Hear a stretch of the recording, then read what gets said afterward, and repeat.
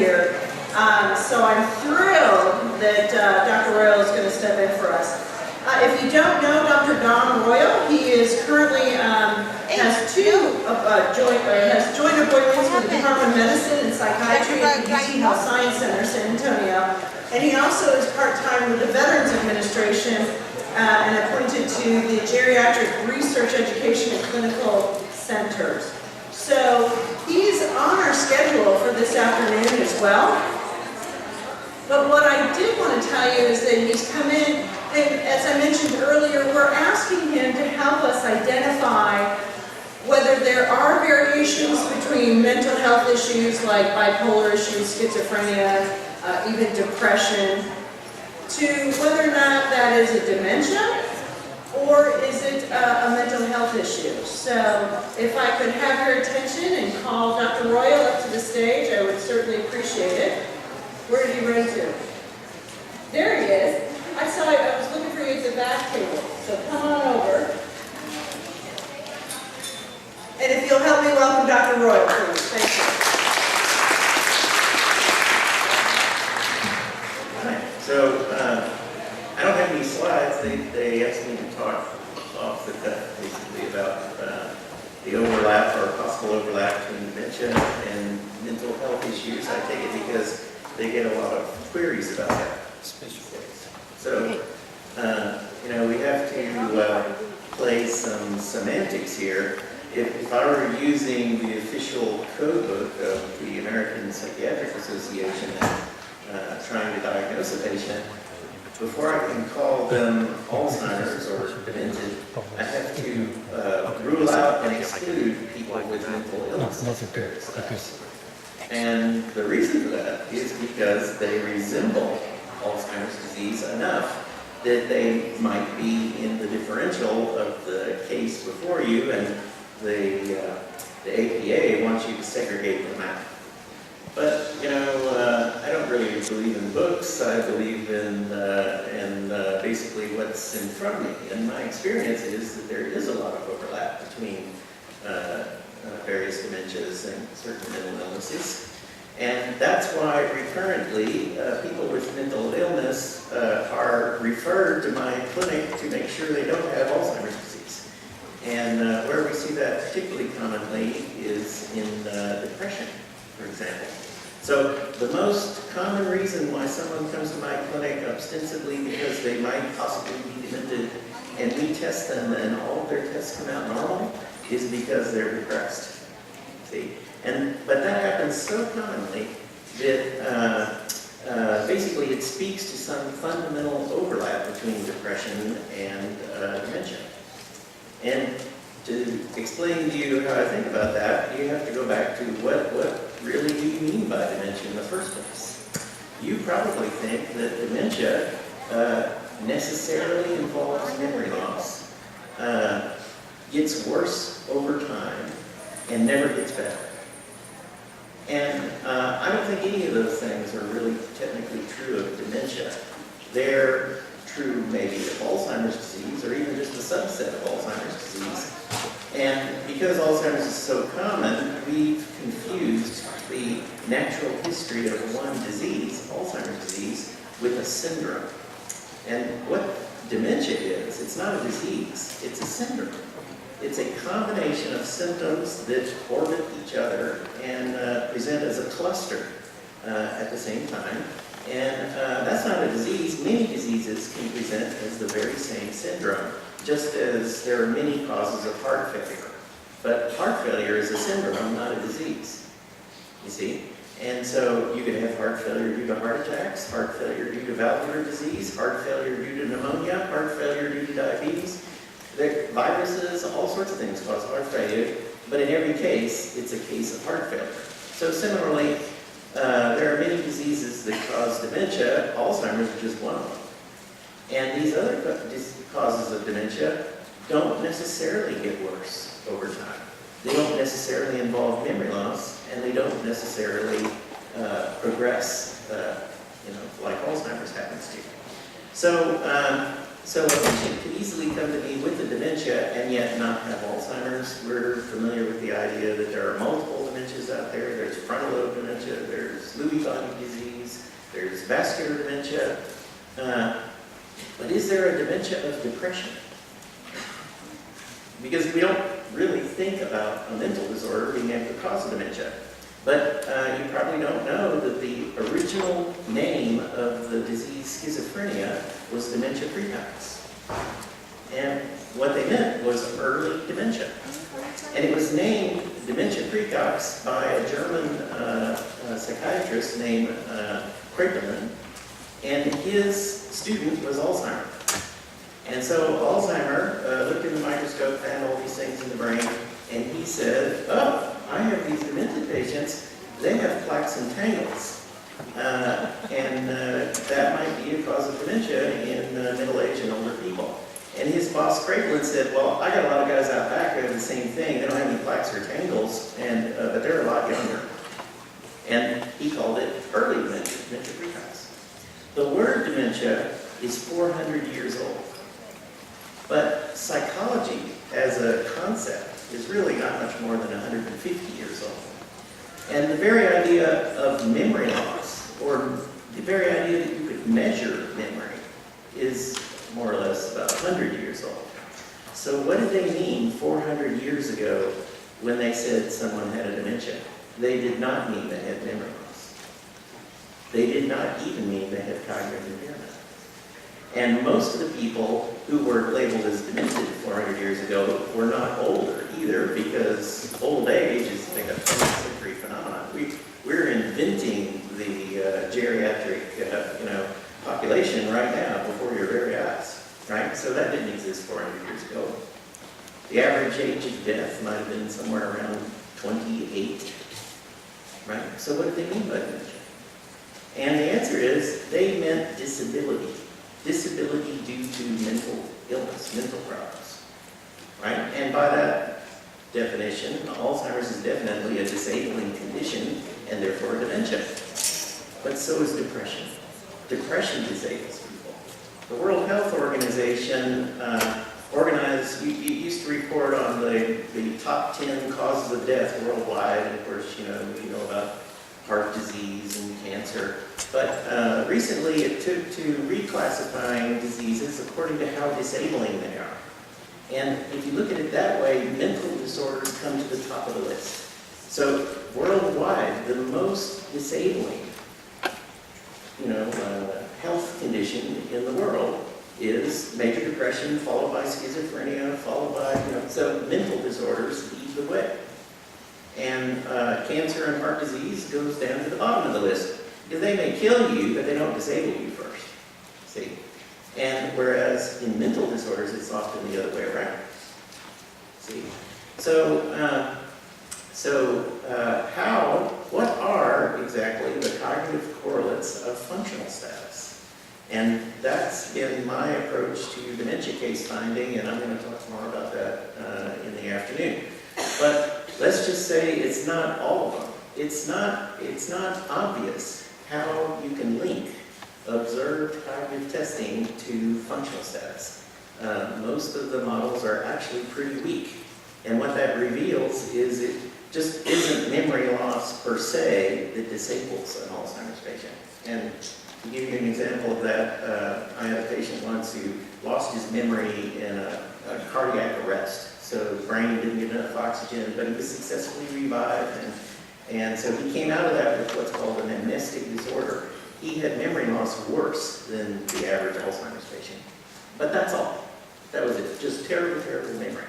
And he was a real estate agent. See? So he continued to work. He doesn't know anymore what properties he's trying to sell, what their address is, what the asking price is, who the possible buyers are, how many bedrooms they have. But he kept a meticulous spreadsheet. And he would come into my clinic, open up his computer, fire the thing up, push the button and say, "Excuse me, sir, would you go get Dr. Royall for me?" And he couldn't learn my face, you see? But he did what needs to be done, and so he wasn't disabled, right? So in Alzheimer's disease, it's not really the memory loss that gives them dementia. Why don't they write everything down? That's why they're demented. They're not doing what needs to be done. And that's a different cognitive function than memory. And it turns out, by looking at it that way, you can perfectly describe how demented a person is through a method that I'll show you some of this afternoon. And it's going to rank order everybody in America for how demented they are, right? But it's agnostic about why you're demented. It just says if it walks like a duck, it's a duck. If you have this kind of cognitive impairment, you will be disabled. And that's what dementia is. And it doesn't matter why. Or at least my approach can't tell you why. See? So you might still have to go to a doctor and get a brain scan to find out if plaques and tangles are in there causing dementia. But what it's going to do is show you that this depressed person is just as demented as an Alzheimer's patient, even though they passed the memory test. Because it was never the memory test that gave even Alzheimer's patients dementia. It's the cognitive correlates of functional status that dements them. And so by that definition, depression is a dementing illness. You see? And in no other way. I mean, depression doesn't cause plaques, it doesn't cause tangles, it doesn't progress, it's not permanent, it's reversible. You can use antidepressants to fix it, but it sure as hell is disabling, and because it's affecting the very same kind of cognitive functions that dement Alzheimer's patients. And because we got it more or less dementia in a bottle, then we can get its biomarkers, its imaging, and it turns out that in Alzheimer's patients, this dementia thing I'm talking about maps to a single network in the brain, and that network is called the default mode network, which you probably haven't ever heard of. But the default mode network is the network that's on when you're in your brain, when you're just being you know, going around minding your own business, doing what needs to be done. As soon as the psychologist gives you a test and says, who's the President of the United States? Or what color is this? Or what, you know, what's 5 times 3? Then this default mode network turns off and some other network turns on to answer the question. That means that if we're trying to interrogate you with these cognitive tests, we can't get at the key network because it's normally turned off while you answer the question. You see? And then you're back to being you again. And you can feel this yourself. I mean, there's just no way to be thinking about yourself and your life and your plans and objectives and hopes and aspirations while you do longhand division. As soon as you start doing longhand division, you've left the room. And now you got the math part working. And then all of a sudden, time to take a coffee break. You put the pencil down, and you're back to being you again. That's how the default mode network works. And they called it the default mode network because they didn't know what it did. It was just basically on in the control groups of these brain studies who were just told to lie there and we'll be back, you know. And all over the world, this default mode network was on. So this default mode network is where my dementia construct maps to. You see, pathology in the default mode network disrupts its functions and you become demented. Cognitive tasks turn this network off, but the questions that turn it on are questions about you. You know, how do you feel today? Are you satisfied with the health care you've received today?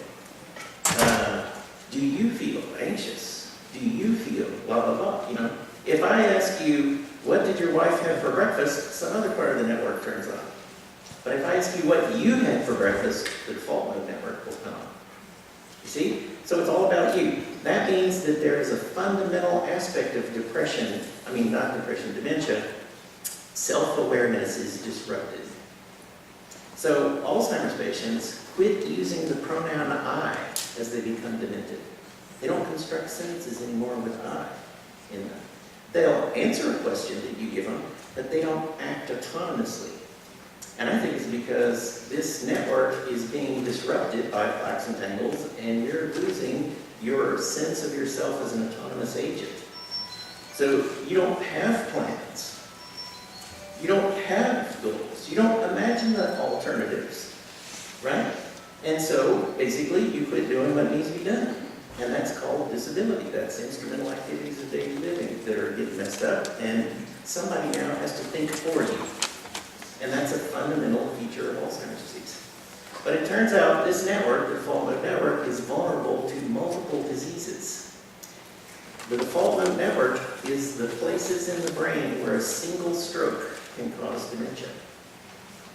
Usually we think dementia must be the fault of multiple strokes, but it isn't. It's going to be a stroke in a particular place, and that particular place is going to be the default mode network. Depression disrupts the default mode network.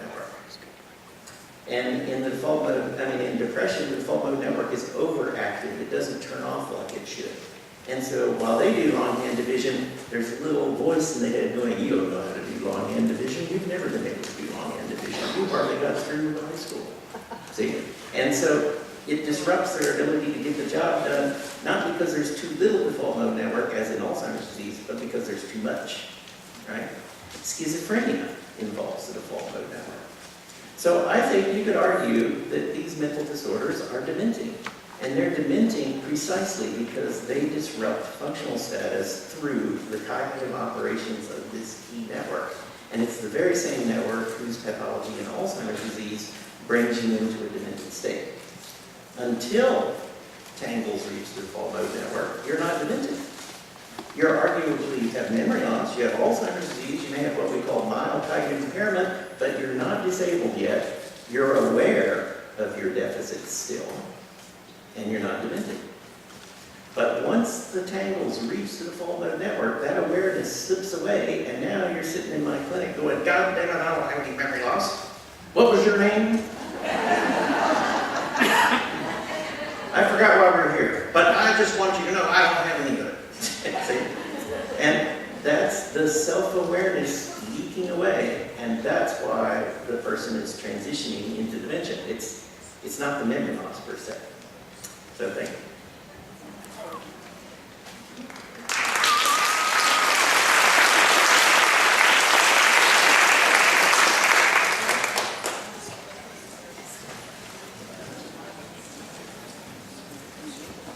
Okay, so whenever I need anything, I'm just going to call you directly, Dr. Royall. That was very helpful to me, even as a professional and a former caregiver. You know, my father had diabetic-related dementia, but it was always cantankerous for most of his life. So we didn't pay attention to those signs because we thought Dad was a little loco, you know what I mean? So, very helpful. Appreciate that.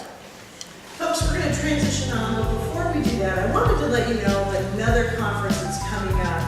Our very own Jenny Funky, the Alzheimer's Association, is actually going to be on the panel for this conference. It's the Hospice Foundation of America 22nd Annual Living with Grief Program. And if you stop by Caregiver SOS and got their yellow bag, a flyer of this function is inside there. But I just wanted you to know that it's on Wednesday, May 20th, and Darwin, who's going to be speaking later on today, is part of the Hospice Theater. And to this house we born, into this world we thrown, like a dog without a bone and nectar out alone, riders of the storm. There's a killer on the road, his brain is scrumming like a toad. Take it all.